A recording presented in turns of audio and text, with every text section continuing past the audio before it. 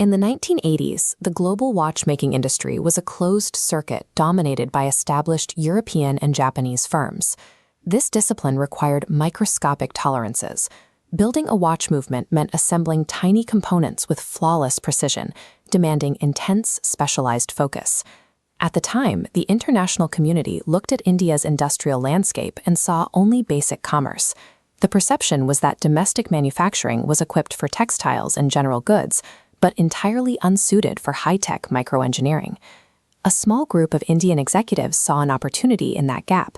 They outlined a plan to build a domestic watch brand from the ground up, one that could stand alongside established foreign giants in terms of quality.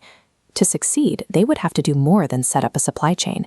They would have to disprove an entrenched international consensus that Indian manufacturing lacked the discipline for precision technology. The executive team traveled to Europe and Japan, seeking joint ventures and technology sharing agreements with the established manufacturers. They were met with unified resistance, citing doubts about the power grid, the dust in the environment, and lacking technical discipline. The message was clear. The major players viewed the proposal as an impossible risk, locking the Indian team out of the global technology pool. Left without foreign partners, the team faced a choice: cancel the project entirely or build the manufacturing apparatus from scratch. They chose to build. The venture pivoted from a standard business expansion into an intense pursuit of technological self-reliance. They secured a plot of land in Hosur, a quiet industrial town in southern India. It was here they broke ground on their manufacturing base. Building a watch factory required creating sterile, climate-controlled environments to keep out microscopic dust. Without foreign blueprints, the team had to design and construct these cleanrooms through independent research. Simultaneously, they recruited hundreds of young, local technicians. The vast majority had never looked through a jeweler's loupe or handled microcomponents. The training was grueling. Setting up the assembly lines involved a relentless cycle of trial and error, calibrating machines and adjusting techniques until the output met international standards. As the Hosur facility became fully operational, it offered physical proof that the team was capable of engineering their own manufacturing infrastructure. Their next barrier was the technology itself. By the 1980s, the industry standard had shifted from mechanical springs to highly accurate quartz movements.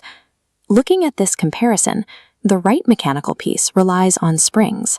The left quartz movement is driven by a battery and quartz crystal using complex microcircuitry. To build their own, engineers disassembled modules, tweezing copper microcoils to understand the electronic impulses.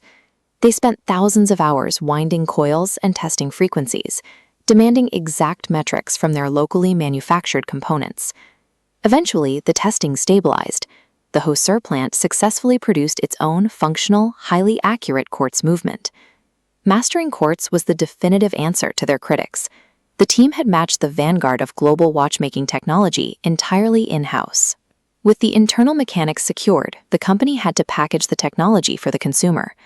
Rather than copying the chunky utilitarian designs popular in Europe and America, the design team focused on elegance. They incorporated gold plating and slim profiles that aligned directly with Indian cultural preferences. The result was a reliable precision quartz movement, housed inside a carefully crafted, aesthetically distinct shell. By tailoring the exterior to their domestic market, they created a product that felt distinct to India, stepping confidently out of the shadow of foreign imports. In 1987, Titan Watches officially launched its first collection to the domestic market. The reception was immediate. Across cities and towns, millions of Indian consumers purchased the new watches. It offered a combination of style and reliability that resonated strongly. Wearing the brand became a recognized indicator of participating in a modernizing, capable economy. Prior to this launch, the domestic market was largely defined by a few state-run companies producing outdated mechanical watches with long waitlists. The new quartz models swept them aside. This rapid commercial dominance validated the years of isolated engineering. The domestic consumer base had fully embraced a high-tech product built in their own country. Back in the boardrooms of Europe and Japan, the international executives could see the data. The perceived lack of technical discipline had yielded to an undeniable market reality. The steady production of millions of flawlessly functioning quartz movements out of the Hosur factory systematically disproved the original skepticism. This success had a ripple effect. It provided concrete evidence to global investors that India could execute precision manufacturing at scale, encouraging deeper economic engagement. Today, the brand's origins serve as a case study in navigating institutional gatekeeping.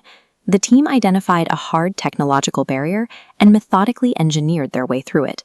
When the established players closed the door to collaboration, these entrepreneurs simply turned inward, gathered their resources, and built the industry themselves.